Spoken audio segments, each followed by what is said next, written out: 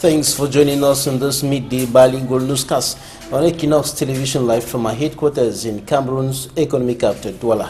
Force de maintien de l'ordre qui a permis de ramener le calme et disperser la foule.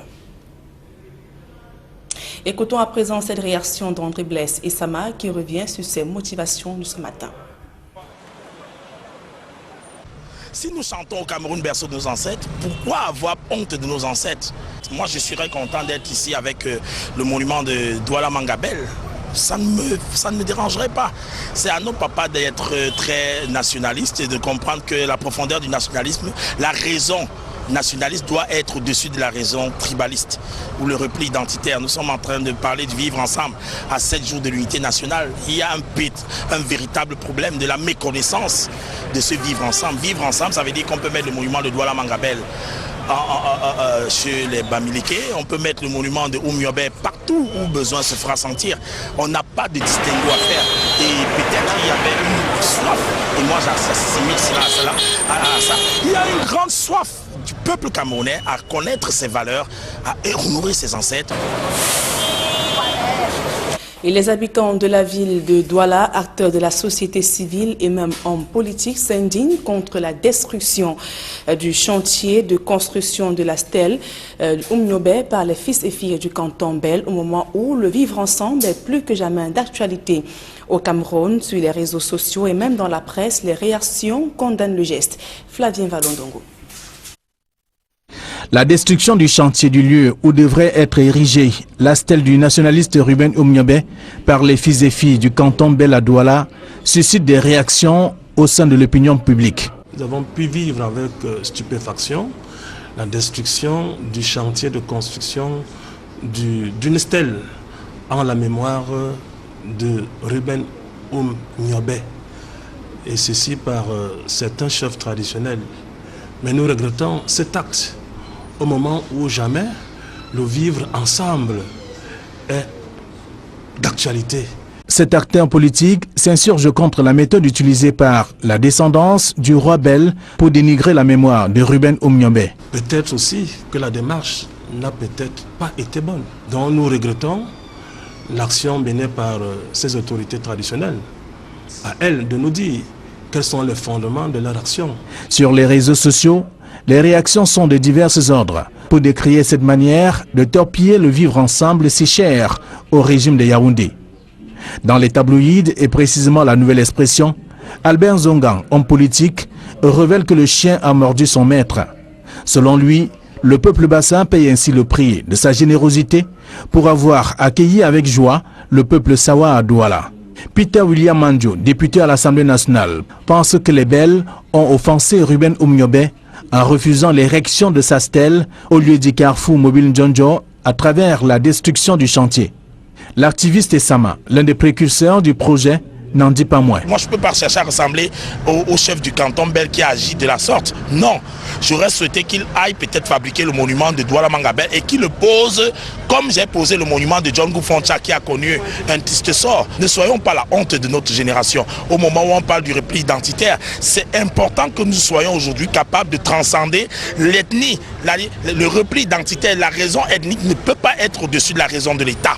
Et l'État du Cameroun aujourd'hui vient d'honorer Ruben Oumyobé en lui concédant 5 mois de travaux. Vivre ensemble ou détruire ensemble, pour paraphraser la une de la Nouvelle Expression, les images montrant les fils du canton Bel détruisant le chantier continuent d'inonder les réseaux sociaux. Et sur le théâtre de la crise anglophone, la terreur continue de dicter sa loi après le carnage enregistré ce week-end dans la région du nord-ouest Cameroun. Les populations poussent enfin un ouf de soulagement. Elles disent avoir été libérées des rackets et agressions des bandes armées. Le chairman du SIF, Ninjon Fundi, accuse le régime de Yaoundé d'avoir laissé prospérer le chaos. On fait le point dans ce reportage d'Éric Martial Ndjomo. Sur ce chemin sinueux, dans cette broussaille verdoyante du village Menka, dans l'arrondissement de Santa, département de la Mézam dans le nord-ouest, jonche des corps en début de putréfaction. Il se trouve à quelques encablures de cet établissement hôtelier dans lequel gisent d'autres corps. La cuisine, tout comme la réception et les chambres, sont saccagées, ce qui témoigne de la violence des combats. Sur les murs et les portes, des impacts de balles. Dans la cour, des douilles. En termes de bilan, ce sont au total 22 corps qui ont été retrouvés ici. Des corps présentés comme ceux des combattants ambazoniens, tombés sous les balles des forces armées à l'issue d'interminables échanges de balles. Les populations de Menka poussent pourtant un ouf de soulagement, car les personnes abattues représentaient pour elles une menace. When they were walking, neutralizing people, they said, give money. And you don't give money, Ils marchaient, brutalisaient et nous demandaient de l'argent. Et si on ne donnait pas, ils kidnappaient nos enfants. Ils se sont présentés comme étant des soldats ambazoniens. Ils ont dit au départ qu'ils venaient nous protéger, mais ont brillé par les actes de racket. Le leader parmi eux d'ailleurs était une dame. Ils nous ont tellement rackettés qu'ils récupéraient tout ce qui était en notre possession, parfois même des chèvres et des porcs.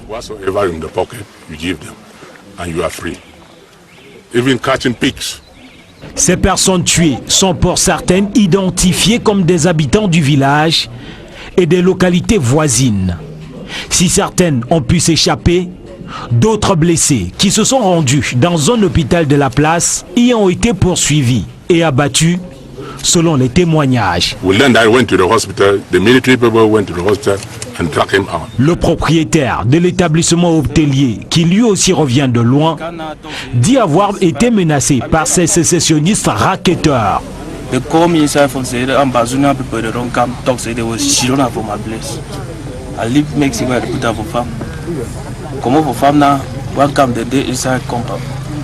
Il raconte qu'ils ont pris son hôtel en otage et l'ont transformé en quartier général. Il dit avoir reçu d'eux, dès leur arrivée, la somme de 49 000 francs pour acheter des provisions. Il est resté en permanence menacé de mort par ces derniers s'il n'obtempérait pas.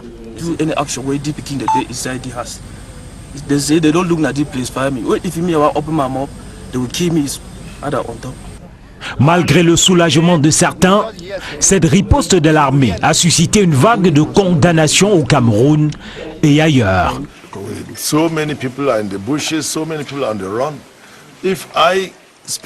Plusieurs personnes ont été tuées, plusieurs ont fui dans la forêt.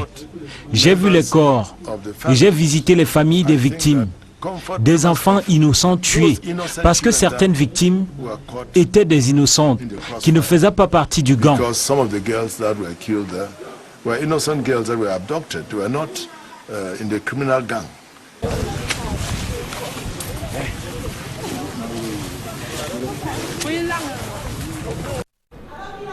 Dans le reste de l'actualité, le Conseil électoral obtient la tête du directeur général des élections.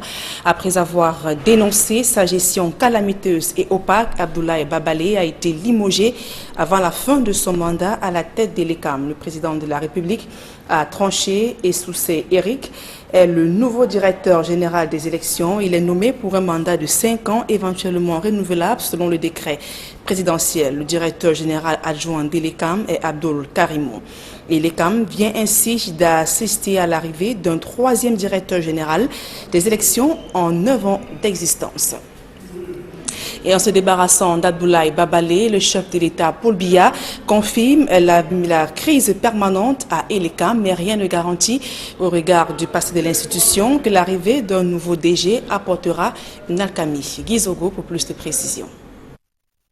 Paul Biya a donc tranché dans le dossier l'ECAM en suivant à la lettre l'option du Conseil électoral qui avait constaté une faute lourde du directeur général des élections, Abdoulaye Babalé, et recommandé son limogeage. On peut logiquement supposer que cette initiative du Conseil électoral de déposer le gestionnaire des élections au Cameroun a reçu l'aval de la présidence de la République, de sorte que pour une fois, Paul Biya agit dans l'urgence.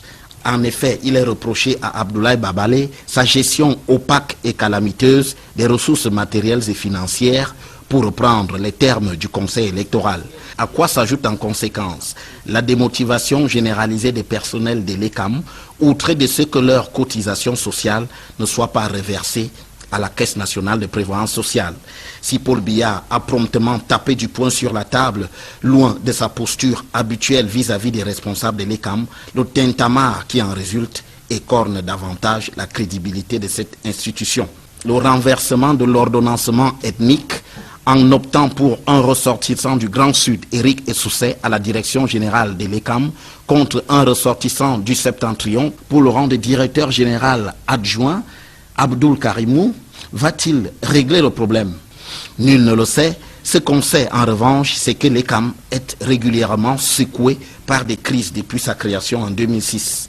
Sa première équipe dirigeante s'était illustrée par une opposition frontale entre le président du conseil électoral, Samuel Fonkam Azou, et le directeur général, Mohamed Sani Tanimou. En 2015, Paul Biya avait limogé Mohamed Sani Tanimou. Visiblement, l'arrivée d'Abdoulaye Babale à la direction générale et d'un nouveau président du conseil électoral en la personne d'Eno Abrams Ekbe n'a rien arrangé. Les spécialistes s'accordent sur le fait que la loi portant organisation et fonctionnement de l'ECAM est potentiellement conflictogène. De là à ce que les mêmes causes produisent les mêmes effets, il n'y a qu'un pas qui peut être facilement franchi. Au regard des failles observées dans les formations dispensées au Cameroun, un enseignant d'université au Canada, le professeur Justin Ngoya, se propose d'aider son pays à faire les sciences de l'éducation, la réponse à partir de laquelle le Cameroun parviendra à la prééquation entre la formation et l'emploi. Gizogo une fois de plus. C'est le retour du fils prodige au pays. Il s'appelle Justin Ngoya. Et du haut de son rang de professeur des universités, il occupe les fonctions de chef de département des sciences de l'éducation à l'Université de Montréal, au Canada. De passage au Cameroun, il va conduire un projet. Je suis très fier de pouvoir enfin mettre en place ce colloque scientifique international qui justement va parler des enjeux liés à l'approche par compétences en milieu éducatif et professionnel. Cette initiative vient en réponse au constat selon lequel le système éducatif camerounais livre des produits destinés au chômage. On n'a pas toujours arrêté de former des personnes au Cameroun qui souvent, ces personnes sont perçues un peu comme des chômeurs. Donc aujourd'hui, il faut voir qu'est-ce qui fait problème. Est-ce qu'il ne faudrait pas justement que le milieu éducatif puisse s'arrimer au milieu de l'industrie? Le professeur Justin Ngoya explique que le colloque qu'il va conduire sur les sciences de l'éducation ne sera nullement l'occasion pour ceux venus de l'Occident de donner des leçons, mais plutôt un moment d'échange. Il y aura beaucoup de partenaires qui viendront un peu du Canada, un peu de partout, pour pouvoir justement s'asseoir et partager les expériences avec ceux du pays. Parce qu'il faut toujours partir du contexte. Hein. On ne vient pas donner des leçons là. On vient s'asseoir avec les chercheurs, les entrepreneurs, les animateurs pédagogiques, les inspecteurs pédagogiques, pour justement discuter avec eux et voir ce qui ne marche pas dans notre système éducatif. Le professeur Justin Ngoya enseigne au département des sciences de l'éducation de l'Université de Montréal depuis 2010. Il est titulaire d'un PhD en sciences de l'éducation obtenu dans cette même université. Un public reportage à présent. Orange Cameroun soutient les start-upers dans la promotion de leur application centrée sur l'éducation. Reportage. Dès la diffusion des premières images, l'on a vite compris que ABC Code va marquer les esprits de par son originalité et sa pertinence. ABC Code, c'est un curriculum personnalisé, un logiciel qui permet d'initier les enfants dès leur bas âge à la programmation, à la robotique. C'est un logiciel qui permet de développer la créativité de l'enfant à une seule condition, qu'il sache écrire une langue. Ça peut être le français, ça peut être le foudé, ça peut être prochainement le wolof, le yemba, le boulou, le beti. En fait, peu importe la langue de l'enfant, notre rôle c'est de se dire la langue de base d'un enfant ne devait pas être un frein dans son processus d'apprentissage du vrai alphabet aujourd'hui qui est le code en fait. Donc on s'est dit on va donc créer une plateforme qui donne une chance égalitaire aux enfants, peu importe la langue de base, pour pouvoir apprendre à coder en fait. Qui n'est plus forcément besoin de savoir, de maîtriser le français, de maîtriser l'anglais pour pouvoir se jeter aussi dans le bain Le lancement de ce projet novateur a drainé du beau monde à Yaoundé, dont des férus des sciences, des mathématiques et des technologies, à l'instar du professeur Maurice Tuente, ancien ministre de l'enseignement supérieur. Il y avait surtout dans la salle des jeunes qui ont mordu à l'hameçon et qui sont venus partager avec le nombreux public le fruit de leurs recherches. L'exemple de Divine Kitio, 15 ans, qui a mis sur pied l'application mobile baptisée Lama. C'est que ma grand-mère vient à la maison un jour et elle demande à ma petite soeur de l'eau à boire en notre langue locale. Et elle lui apporte une machette. Imaginons-nous que ma grand-mère était en train de mourir. Elle serait morte juste parce qu'on n'a pas pu lui donner de l'eau à boire et parce qu'on n'a pas pu comprendre ce qu'elle nous a dit. Alors donc c'est un réel problème pour la société de pouvoir perdre nos origines et perdre notre culture. Alors Lama est une application mobile qui va permettre l'apprentissage facile de langue maternelle à travers des multimédias et aussi des différentes fonctionnalités qui va permettre de promouvoir la culture africaine, notamment Storyteller qui nous donne des informations sur nos ancêtres, sur nos pays, sur nos missionnaires, sur nos explorateurs, sur les climats et tout ce qui va avec. À travers ABC Code, c'est la valorisation des matières scientifiques qui est mise en exergue via les nouvelles technologies de l'information et de la communication. Absolument, c'est la valorisation de la science et de la technologie, c'est la valorisation de l'identité culturelle. Parce que si l'enfant se rend compte qu'il peut créer un logiciel innovant dans sa langue de base, ça lui permet d'être davantage fier de sa langue, de ne plus être complexé par les autres langues en fait. Donc on infuse aux jeunes vraiment l'amour de la technologie, la culture de la science, qui ne les voit plus comme une matière qu'on fait à l'école, mais comme un outil transversal, ludique et puissant qu'on utilise dans la vie de tous les jours en fait. Le projet porté par Ariel Kitio bénéficie du soutien de Orange Cameroun, qui a fait de la promotion de l'économie numérique et de l'entrepreneuriat jeune son principal cheval de bataille. Déjà, nous sommes lauréats du prix Orange de l'entrepreneuriat social de 2017 et également, on va vous le dévoiler. Orange, par exemple, c'est lui qui a assuré le cocktail, la couverture médiatique de notre événement et il nous soutient également dans nos futures activités de déploiement, par exemple avec le programme Super Codeur. Avec le soutien acquis de Orange Cameroun, nul doute que le projet ABC Code, dont le lancement vient d'avoir lieu à Yaoundé, a de beaux jours devant lui. Entre les deux entités, c'est un mariage de raison au nom du développement et de la promotion de la créativité chez les plus jeunes. À présent, la deuxième partie de ce journal avec vous, Babila Jonathan. Right, Nadine, as the Anglophone crisis continues deepening in the northwest and southwest regions of the Republic of Cameroon, government is intensifying security measures as the activities increase. The security measures are equally leaving several persons dead. The last military crackdown left at least 25 persons dead in Pinyin in the northwest region of the country. Details in this report.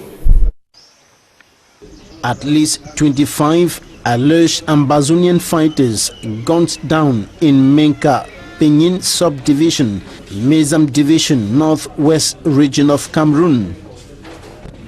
Odor emitted by decomposing dead bodies filled the atmosphere in Menka after the Friday, May 25th incident. Lifeless bodies of young men and women could be found lying on the ground in the village.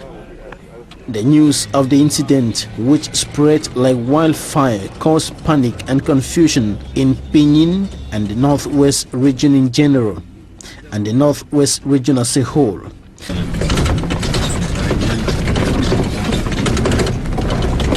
Settled here when it's a group of them. We don't know the actual number that they were here. But finally, a group of soldiers just came and got them down, neutralized everything. Shooting. The guys started shooting the house. The soldier reacted. Soldier collected the arms and went with them with knives, machete, all the like, gone. And they've been here for how long? We should say just about 5 days.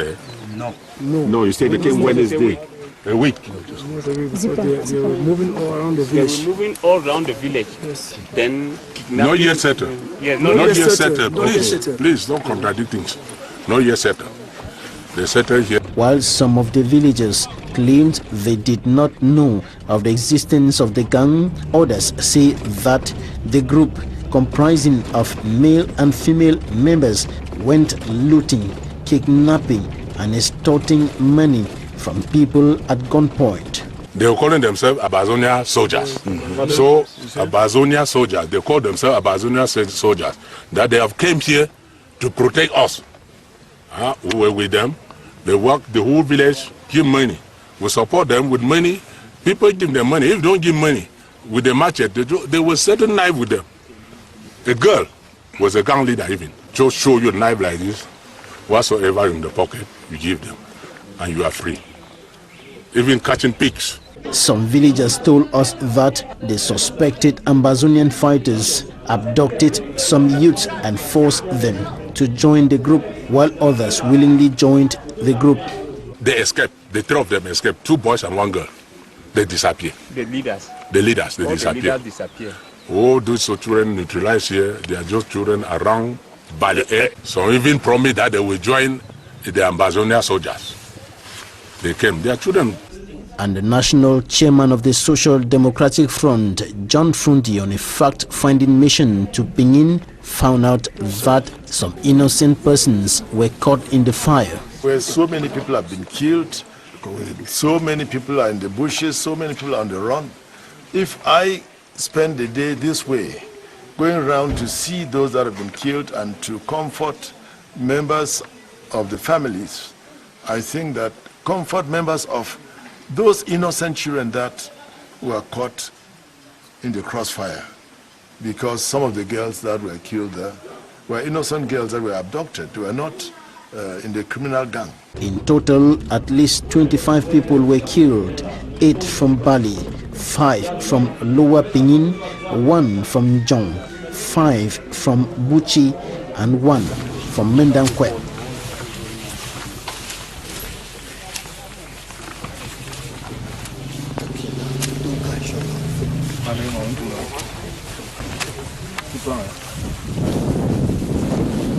The moderator of the Presbyterian Church in Cameroon, Right Reverend Funky Samuel Foba, has urged the Cameroon government to seek quick solutions to the crisis rocking the English-speaking regions of the country before things get out of hand. He was speaking to Smart Jikangebre shortly after laying the foundation of Presbyterian Church, the foundation stone of Presbyterian Church Compina in the Mongo Division littoral region of the country. Smart Jikangebre.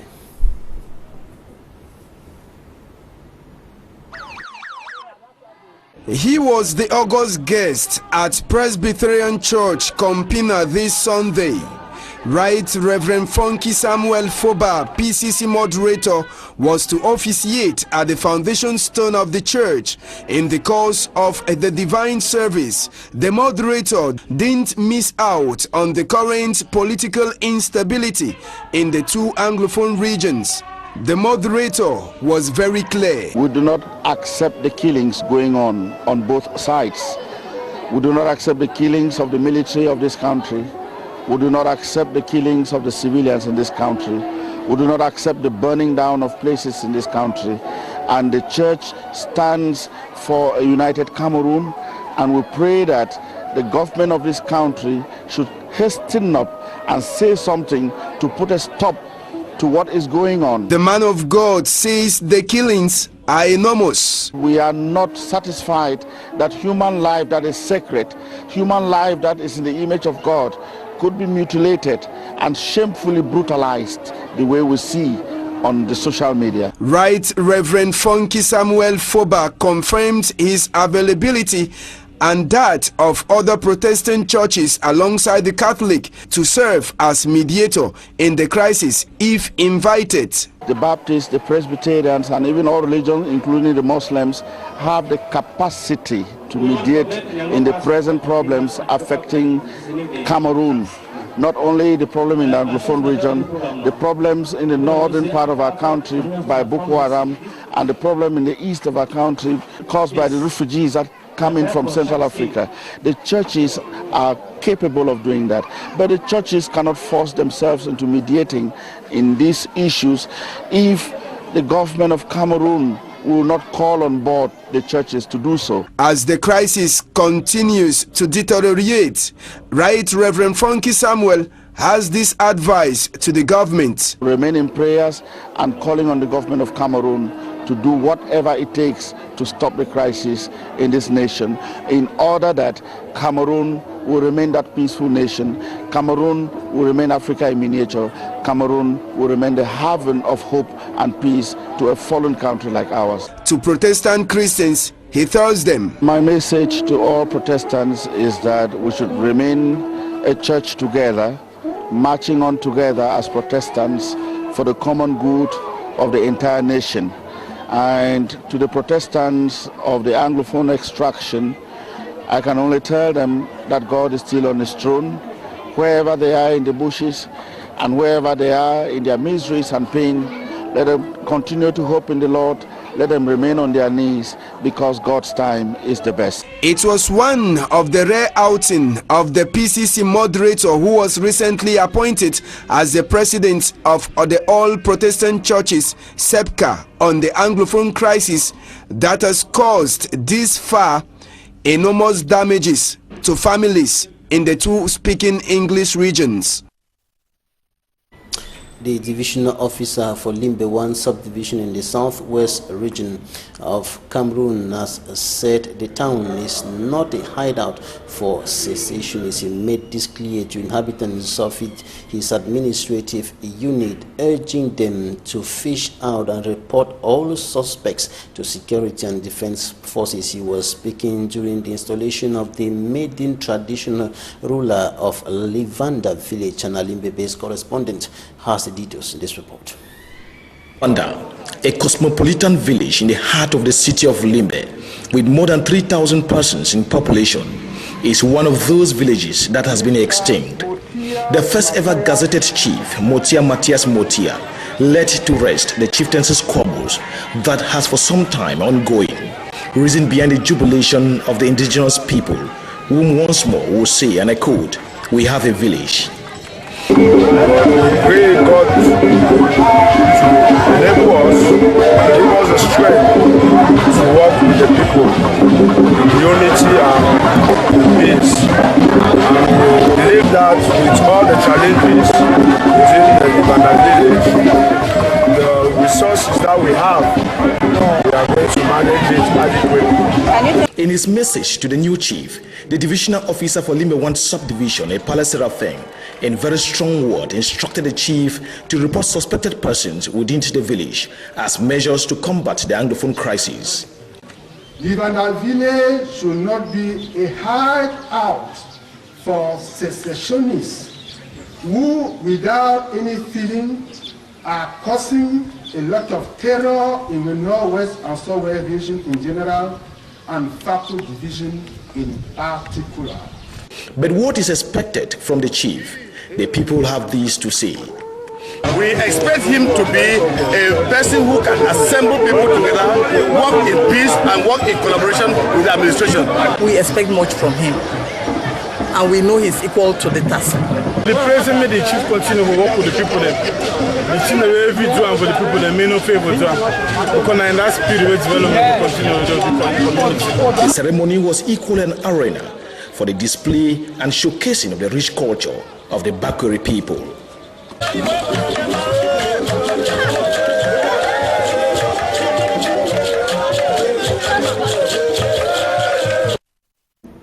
Davidson Maimo reporting from the OPEC city of Limbe in the southwest region of the country, neighboring Muyuka. Candidates of the General Certificate of Education GC ordinary and advanced levels in government bilingual high school in that part of the country are said to have fled the classrooms when Ambazonian fighters stormed the school, raining bullets. The governor of the southwest region, Benau Kalebilai, went visiting some writing examination centers in Buea to take stock of the unfolding of the examination. He was with Derek Jato, who now reports.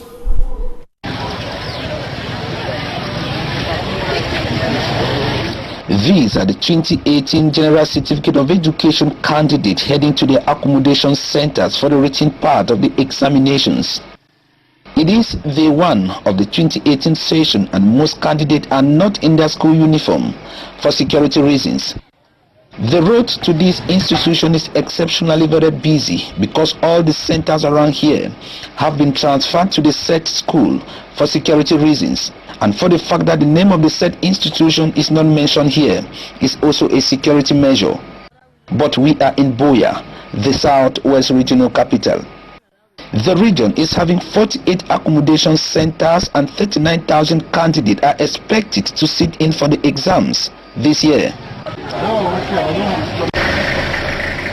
Southwest Governor Bernard Okalia Bilai this day one also descended to some accommodation centers in Buea and Limbe, during which he was briefed that the exams have started on a peaceful note.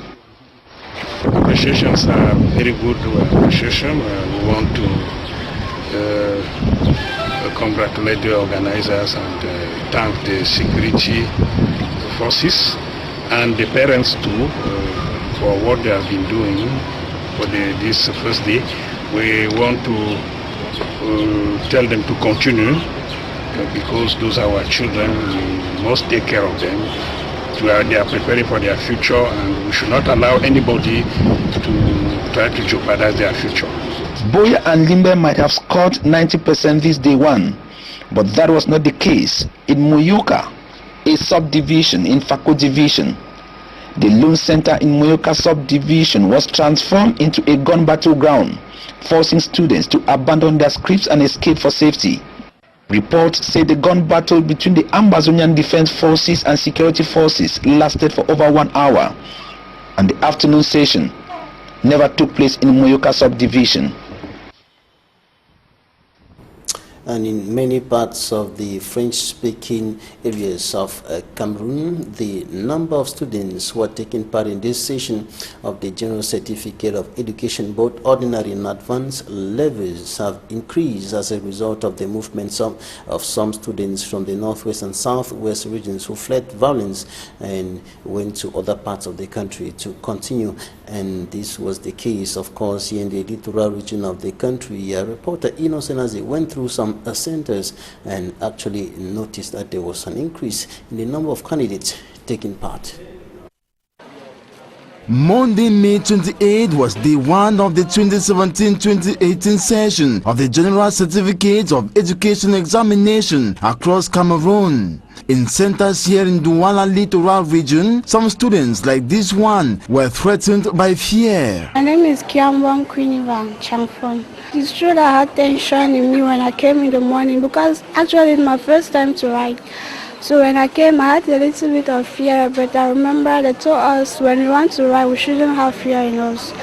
So as the exam was going on, that fear left me as I was answering the question, since as it was just normal. Early papers of the GCE ordinary and advanced levels were complicated to some candidates. My name is Louis Michel. We are just from writing the paper one, and it was a little bit complicated, but we had to do it because we had faith, and we thank God for the paper one. It was a little bit easy for me because I wrote it well. Anybody who prepared for the exam will find it easy, but those who didn't prepare found it difficult. So for me, it was just normal. To others, there was nothing to worry about. My name is Ngobilon Jeanette Leonie. I'm presenting this year advanced level. I had paper one. Paper one was very good, nice. An outcome of thorough revision amid all odds that enabled recognition and provision of answers to the GCE questions. I'm preparing to revise some small things that I could not cover up.